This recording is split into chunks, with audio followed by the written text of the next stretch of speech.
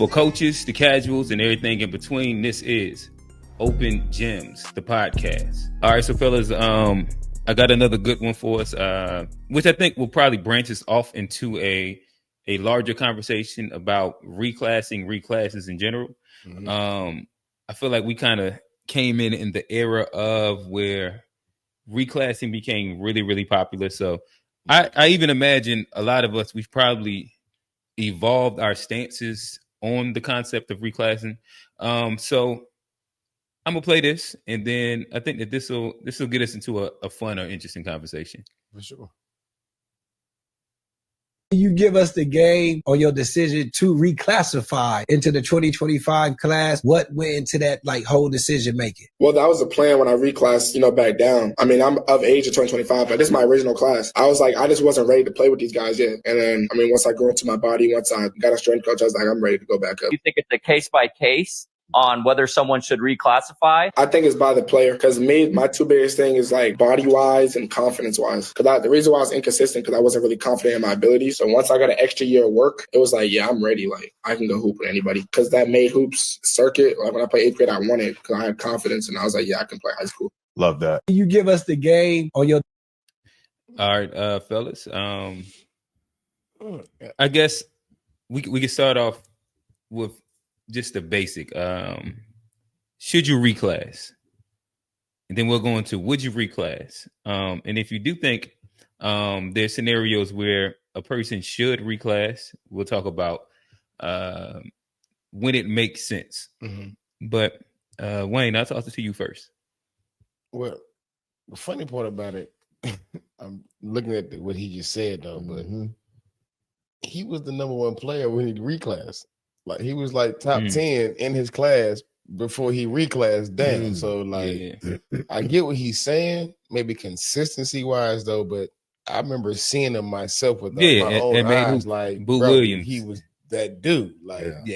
I forget who was he playing for Expressions. Expressions, the Red. Expressions in the league out of Massachusetts. I remember them So he was nice before he did the reclass. Yeah. So when he reclassed, it was almost like, why are you reclassing?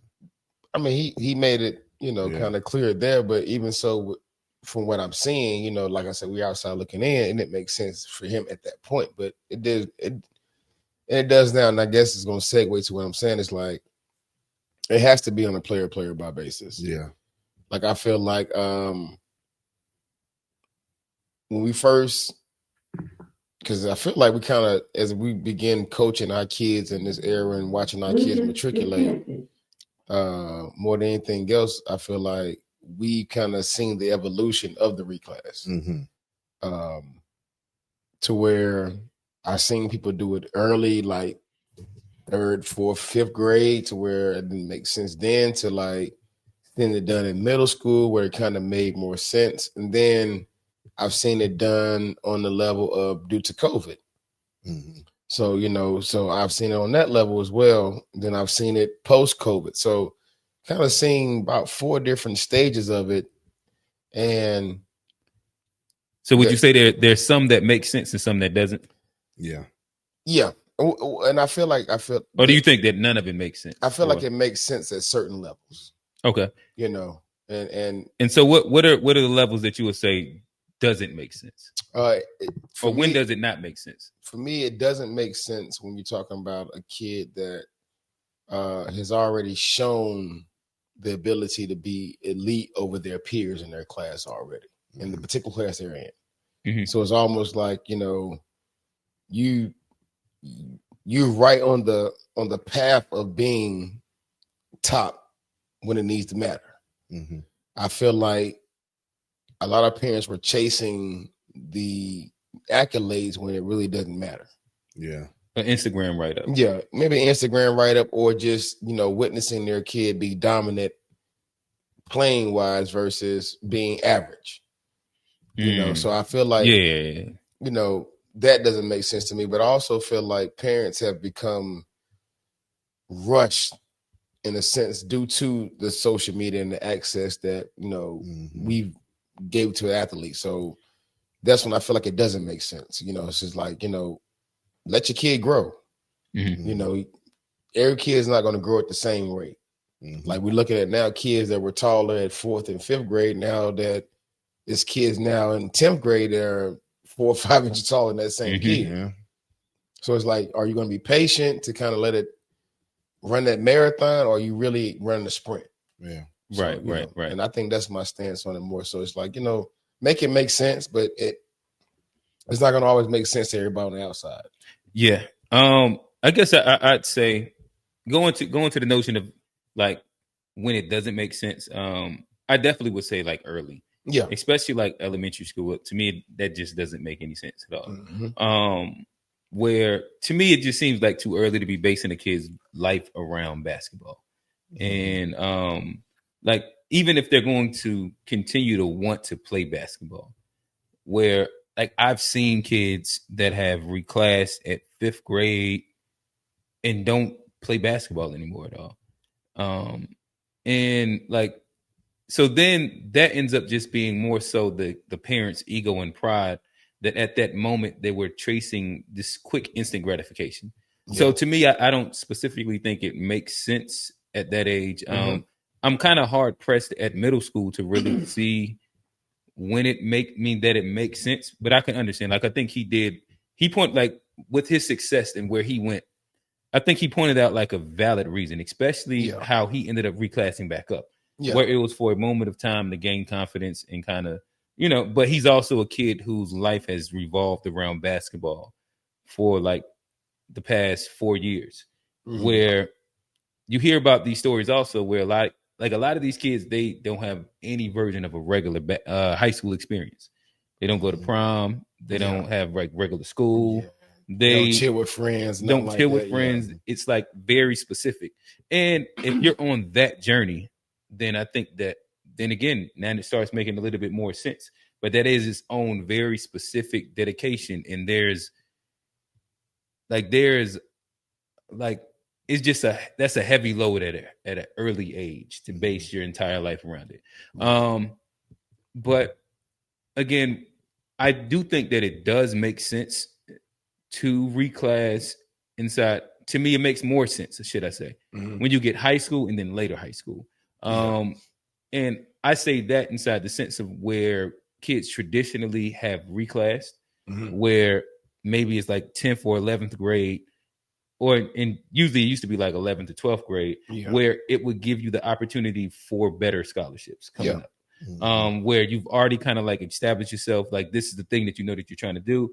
And what you didn't get that time didn't necessarily make sense. So like, I would say there is another caveat that I would say that it does make sense. I think late second semester in summer birthdays, I don't even look at that as reclassing, to be honest. Because they're actually the age of that next class coming in anyway. At worst, it's like a 2-month difference.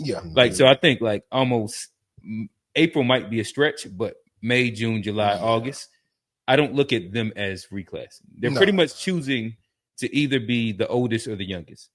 By almost a year. That's basically what it is. You either the youngest in the class or the oldest in the class. Yeah. So that'd be my take on when it does or doesn't. Trey, talk to us. Listen to his clip, it makes sense.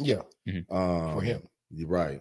And I would say situational. What you guys are saying, and Wayne did point it out, I used to kill that on Facebook. I was against it until you actually see a situation where it could be helpful.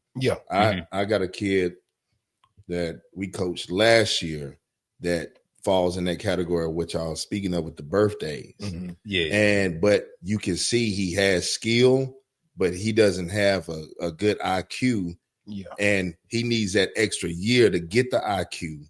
So then he'll be on that level, on the level of where he need to be. So it will help him. And 10 months is huge. Yeah.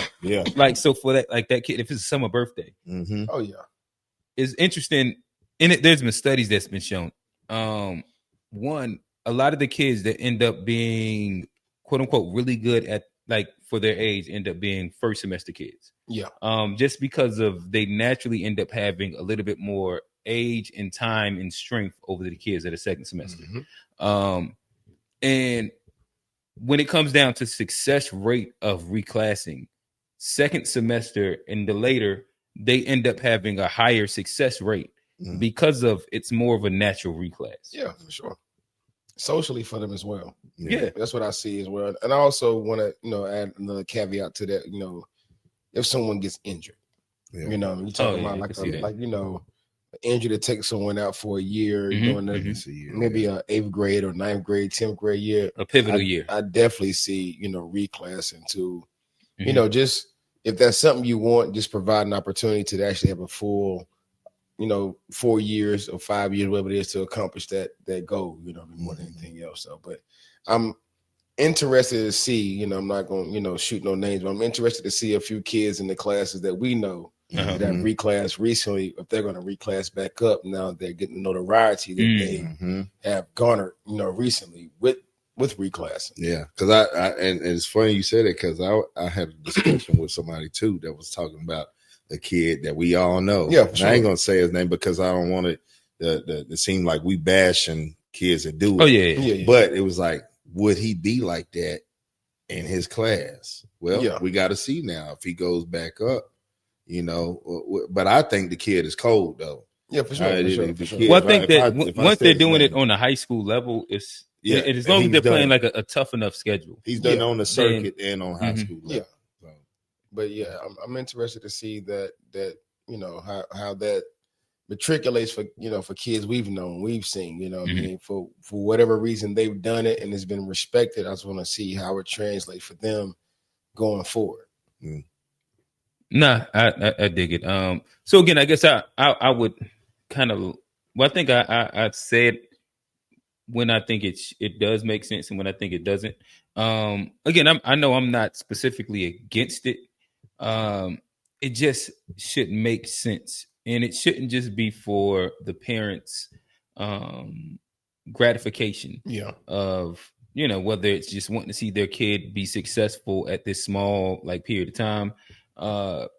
It's not necessary to go into specifics, but you see that often in which a reclass, sometimes they only reclass for a year advantage. And then again, if we just give a hypothetical of a guard whose ceiling of height ends up being 5'10", and being a 9th grade guard playing 8th grade that 1 year, you kind of end up being a little dominant. For sure. But then the next year, and then the rest of those 4 years, you still end up being exactly back on par with where you were inside your original class. Yeah. Like you say, you got to make it make sense. You see people that do it, and you got to look at everything, the whole landscape. If the kid got the metrics, or if he's going to have the metrics, are you waiting on a growth spurt? I mean, let's not reclass a 5'7" guard, and that's all he's going to be. You're setting that kid up for failure. You know what I'm saying? No matter how good, we know this game is based off of metrics, and they look at that as potential. They look at the kid's metrics, and they look, okay, how big is he going to get? Yeah, genetics play a lot of part. Oh yeah. So let's make it make sense, guys. When y'all out there reclassing, that's why we had these talks, and I'm not scared to say it about my own son. I don't go as hard because it's look at me. I'm 5'8". On my wife's side, the men are big. So I'm more realistic. He can play. He didn't outgrew me. He taller than me, but we gotta want it though. He gotta want it. He gotta want it, and everything got to be right for me to do something like that. No, you good. And that's one thing I kind of, I think we all kind of contemplated a certain point in our own son's career. We maybe thought about that. Maybe been a little open minded about maybe should I reclass my own kid, and what are the pros and cons of it? Right. And I think for, when you kind of talk about the timing of it and when you do it, it's let's see what time has for them, what maturity and adolescence is going to provide for them as well, because a lot of them, they haven't even hit a growth spurt. And I felt like the funny part about it, me and Q talked about it a lot, even with yourself. I felt like our boys had the latest growth spurt ever. Where everybody was But it's growing. crazy because I look at y'all boys now and I'm like, damn, I feel small as hell. You know what I'm saying? You remember I seen you at the game, at the Chambers game, and I'm like, what did I? And I seen y'all in the mall. I'm like, what did I miss? Like, I just seen Zion like a month ago, and like, man, he bigger than you. We all went through it at the same time. It was more so like we was walking by a mirror one day, and I looked at it, I said, "Wait, hold on, bro, come back right quick. Come back right quick. Like you almost passed me. Y'all were the same height. Next thing I know, I looked up, he taller than me. Yeah, and for us, it was more so opportunities were presenting themselves to go to private school, and along with that. Not necessarily like a second semester birthday, but not a birthday that's going to put you uberly older than everybody if you did reclass, or uberly younger than everybody if you don't. So kind of the middle of the road type of thing. But, really the idea of it was more so just the opportunity for a higher education where translating from public school to private would have put you in a position where you would have had to reclass academically anyway, just based on the totem pole of where private is versus public in our particular district. You know what I mean? So and what's interesting, and it's not necessarily talked about a lot, but one, basketball and football wasn't the first group when it came down to sports to do reclassing. Like that's lacrosse. But then also there is the fact that a lot of Asian and like Indian households, they academically reclass so that their kids can be like higher on quote unquote like the ranking for like valedictorian XYZ because that also directly leads into whether they get into Harvard, whether they get into Yale, Ivy, or Stanford, or anything like that. Free schooling at that as well. And while you said that, I learned too when we played in the Adidas National. We was talking to the dude. We played a Canada team, and he said that they start school later. And so you got those kids, it's like kindergarten. They like 7, 8 years old in kindergarten. You know what I'm saying? So like the team we played, like we was 7th grade, but them boys had mustaches. They looked like they was like 14, 15 years old already. Like they could have been 9th grade. Everybody was dunking in the layup line.